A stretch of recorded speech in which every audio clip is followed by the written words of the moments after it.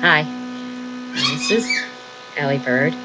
She is my sulfur crested cockatoo, and I've had her for a year and a half. And Ellie wasn't very happy bird when we got her. Oh yes, oh my. She didn't trust us very much, and just now I'm able to hold her. She's just now where she understands that we're not going to hurt her. See the jerky movements? And pretty soon, if you can get under their wings, you pretty much have good trust with them, a good beginning trust. Food didn't work with her. Constantly, we had to get into her cage. She's very, very cautious. So, these birds are like babies once you get them. I can hold her. I can hug her. I can tell her I love her. She's okay with that. But we've yet to get to where we will get up on a cage, but we will get up on our knees. Can't you let me pet her? When they're like this, I recommend that you try to get into as quiet as a spot as necessary. I have to put the dogs away because she hates the dogs and the dogs hate her. But, can I step up? And she hates step up, but we just got her to where she does that. So again, they love to be scratched on the head. So anything that you can do. I started with her with, can I pet you? Can I pet you? Can I pet you? Can I pet you?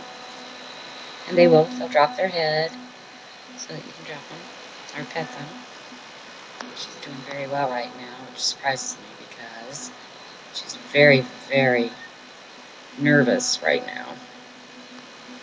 And it's because of the computer and the camera. She doesn't know what's going on. But, oh, rubbing them on their back is a very good way to get them in a very good relaxed mood. Now, I haven't always been able to do this with her. She would bite, and I mean bite bad, very bad. See the size of that beak? Yeah. And so until she decides that she trusts you, can I have a kiss? Thank you. She says yes. Can you say yes? Hello? We've got her to where she'll take her foot and do this. Can you say hello? But right now, again, she's too aware of her surroundings. But again, if you can get up underneath their wings, eventually, there's a little bit of space right up in there. She's tolerating this. She's not liking it, but she's tolerating. The tail fanning, that right there, that tells you a cockatoo is very alert. This could mean a bite, not for me, but anybody else around. She will go to anybody as long as your movements are slow. Your voice is very calm. And they'll look you right in the eye. Yes. Good girl. See, the tail is starting to go down. You can put the tail down, though. Get him to put it down. It's okay. It's okay. Always use the same words with them. Always. 10 minutes a day. Working with them to begin with. What is that? What is that? What is that? There's the yellow mohawk. Oh, yes. It's okay. Again, the tail. Very good indicator. Like with a horse, it's its ears. Same with the dog. Cat. She's a work in motion. That's all there is. She is a work in progress for sure.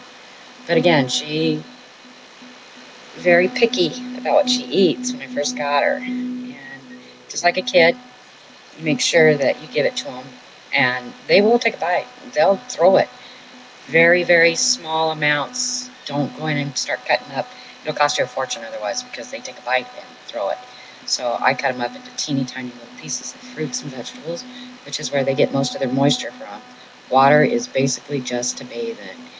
These guys have a powder. Here, I'll show you if I can get it on the camera. You rub them. There's a powder. Well, I don't really think you can see it. But that has to be washed off.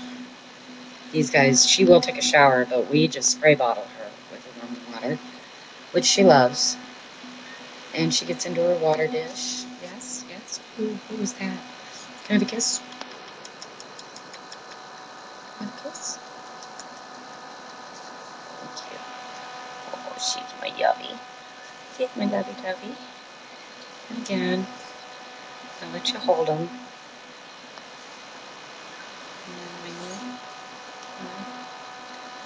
Okay, yes. Again, if you can get a cockatoo, absolutely amazing, amazing birds. Yes. And I realized too, Daisy was 5 years old when I got her, and she's just now, after a year and a half, just now, within the last 2 months, decided that I'm okay to hold her. But not all cockatoos be this. I recommend getting your birds from babies, hand-fed, reputable breeders, and then you won't have to go through what I go through. Well, now that you've met, this is Ellie bird. Yes. Ellie's just now starting to talk a lot.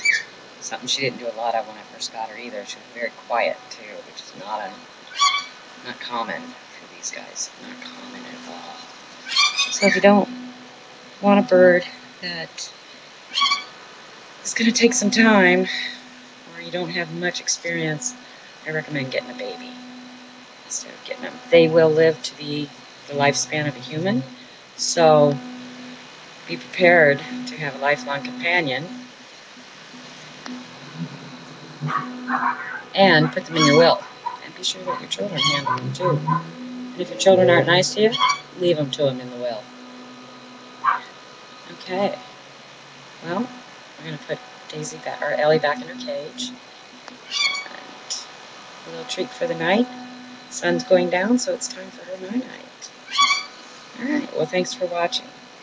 Now that you know who my little guys are, my next videos are going to show you how to get your birds to trust you. And what we're going to do is show you how to feed them treats, how to enter into their cages, how to clean their cages, which has to be done, how to feed and water them. Very important, and something that I wasn't given the information because I've had Amazons before. These are my first having cockatoos, and I could not find the basic diets that were healthy for them to keep them from getting fat and weight. So I'll go over that again too, or with you.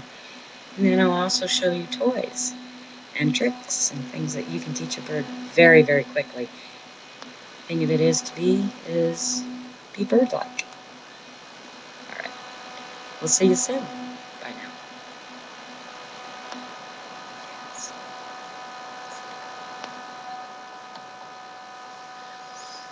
now.